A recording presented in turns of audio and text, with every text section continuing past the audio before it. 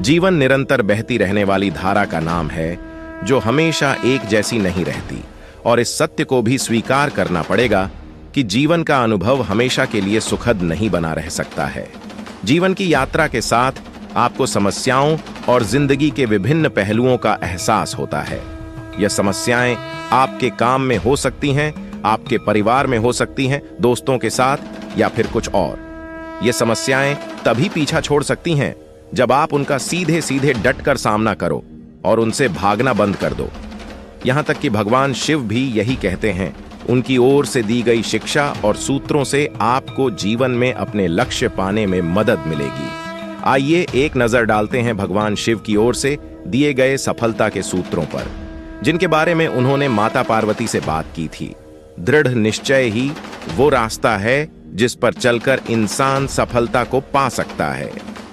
किसी भी कार्य को करने के पीछे मनुष्य का मन में किया गया निश्चय ही सबसे बड़ा कारक होता है।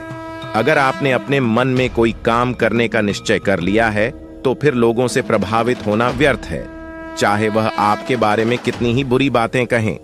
समाज की बातों पर ध्यान देने से आपकी प्रगति बाधित होगी।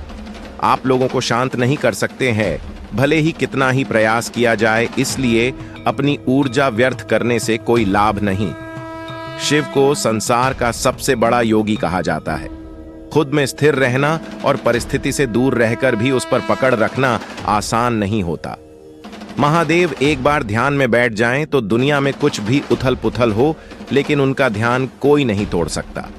शिव का यह गुण हमें जीवन का गहरा ज्ञान देता है कि आप भले ही संसार की किसी भी परिस्थिति में लिप्त हों, लेकिन अपने भीतर स्थिर बने रहना आवश्यक है। भगवान शिव के जीवन को देखकर लगता है उन्हें हमेशा अपनी प्राथमिकताओं का भान रहा। उन्होंने अपनी पत्नी पार्वती से प्रेम और सम्मान को सबसे ऊपर रखने के साथ अपने मित्र और भक्तों को भी उचित स्थान दिया, और साथ ही इन सब से अलग अपने ध्यान में भी लीन रहे। कब क्या करना उचित है वह ये अच्छी तरह जानते थे। शिव की जीवन शैली हो या उनका कोई अवतार, उनके हर रूप में स्वभाव बिल्कुल अलग रहे हैं। फिर वो रूप तांडव करते हुए नटराज हो, विष पीने वाले नीलकंठ, अर्धनारीश्वर, या फिर सबसे पहले आसानी से प्रसन्न हो जाने वाले भोलेनाथ। समुद्र मंथन से जब विष बाहर आया तो सबने कदम पीछे खींचे, क्योंकि विष कोई नहीं पी सकता था। ऐसे में महादेव ने स्वयं विष हलाहल पिया और उनका नाम नीलकंठ पड़ गया।